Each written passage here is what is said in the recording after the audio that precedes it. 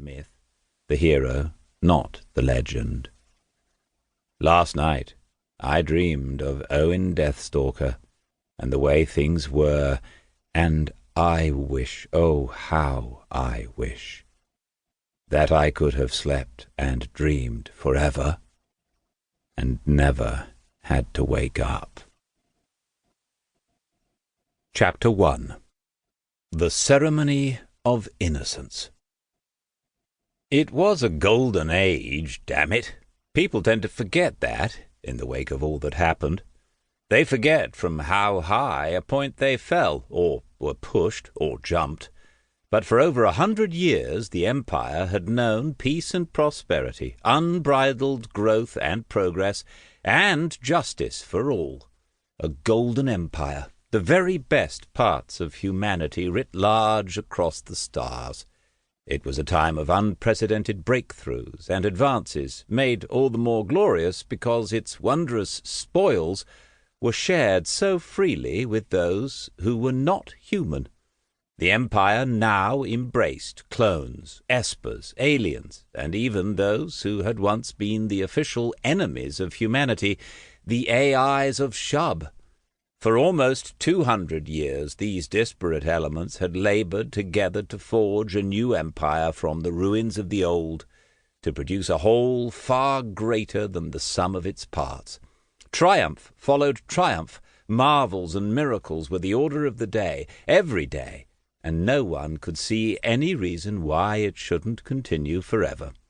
Sparkling cities on shining worlds, a civilization born of hope and honor and dreams come true. It wasn't a perfect age. There are always some who cannot or will not embrace the oldest dream of humanity, to live in peace with itself. Even standing in the brightest sun, some parts of humanity see only the dark shadow they cast. Who'd rather live in hell than see their enemies enjoy heaven with them? It was a golden age, then, for all its occasional faults, which makes it all the more sad that no one seemed to appreciate it, till it was gone, torn apart and cast down by the arrival of the Terror and the wounded pride of one terrible man. It was Christmas Eve on the planet called Logres, once known as Golgotha, now the center of the greatest empire ever known. Logres, a bright and glorious world whose cities were famous throughout the empire for their sights and wonders, their heroes and celebrities, their innovations and achievements. The finest minds and hearts and souls came to Logres to be a part of the great advance of empire. The warriors and scientists, the poets and philosophers, the daring and the divas, to kneel before the golden thrones and ask how best they might serve the greatest adventure of all. And in the most noble and exalted of all these cities, the ancient parade of the endless, full of marvels and wonders and the pride of empire, it was a time of hope and renewal and great celebration. For this Christmas Eve would see the crowning of a new king.